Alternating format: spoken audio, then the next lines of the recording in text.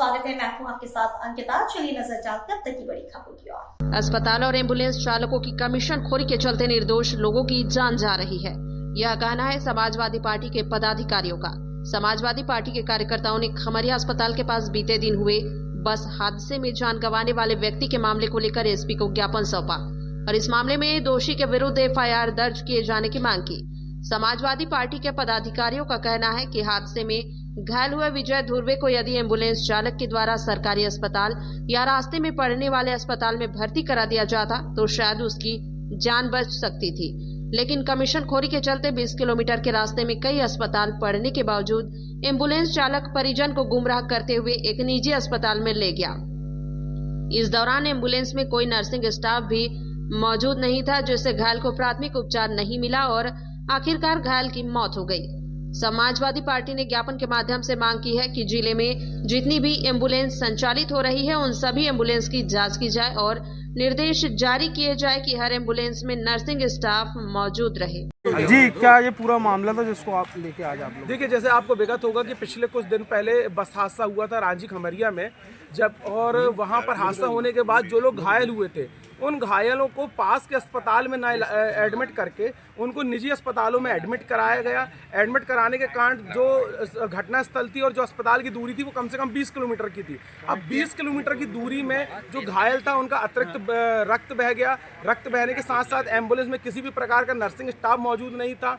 उनको भटकाया गया। भटकाने के बाद उनको लाके एक कमीशनखोरी के चक्कर में एक निजी अस्पताल में भर्ती कराया गया, जिसके चलते उनकी मृत्यु हो गई। मृत्यु होने के बाद भी अस्पताल ने ना तो उनका किसी प्रकार का आयुष्मान कार्ड की जानकारी लेना, किसी प्रकार की, उल्टा उनके ऊपर 75,000 रुपये का बिल मर दिया।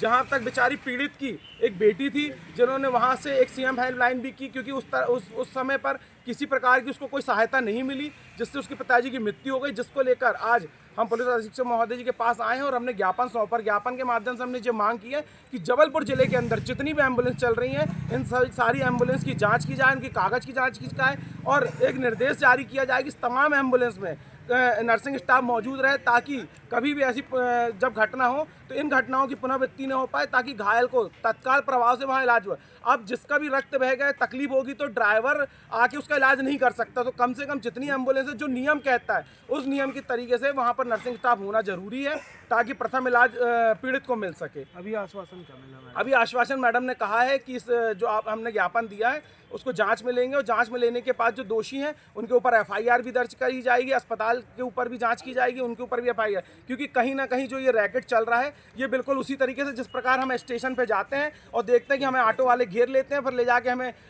होटल में वो करते हैं, फिर वहाँ से उनको कमीशन मिल दिया। इसी तरीके से जो कमीशन का जो फर्जीवाड़ा जबलपुर जिले में लगातार चल रहा है उसको लेकर आज हमने ज्ञापन दिया है और इसको लेकर हमने CMHO साहब से ही बोला था, उनका निर्देश था कि एक आप पुलिस अधीक्षक महोदय जी को भी दे दिया जाए। आशिम से समाजवादी पार्टी प्रदेश सचिव। ठीक है। जी मैम, समाजवादी पार्टी के कार्यकर्ता आए हैं, कुछ मामला हुआ तो उसको लेकर क्या पूरा मामला? अभी कुछ दिन पहले रांची थाना क्षेत्र में एक बस के पलटने की घटना हुई थी, उसमें काफ़ी लोग प्रभावित हुए थे, चोट लगी थी, उसमें बाद में एक की घायल की मृत्यु हुई। इस संबंध में आज समाजवादी पार्टी के कुछ कार्यकर्ता यहाँ पर आए थे आशीष मिश्रा जी के नेतृत्व में, और उन्होंने ये अपनी ज्ञापन में बात रखी है कि उस दिन वहाँ काफ़ी कुछ ऐसी एम्बुलेंस आ गई थी जो पेशेंट को अपने हिसाब से कई अन्य अस्पताल में ले गई, दूर के अस्पतालों में ले गई, जिसकी वजह से जो घायल थे परेशान हुए और जो मृतक के शायद उसकी जान बचाई जा सकती थी यदि उसको नज़दीक अस्पताल ले जाता, ऐसा उन्होंने अपने पक्ष में प्रस्तुत किया। भविष्य में हम इस संबंध में भी देखेंगे कि किस प्रकार से घटनास्थल पर एम्बुलेंस पहुँचती, उसके सूचना के माध्यम क्या हैं और अस्पतालों से वो किस प्रकार से अटैच हैं, संबद्ध हैं, और कुछ उन्होंने अनियमितताएँ प्रकाश में लाई हैं, तो उसको भी हम उनसे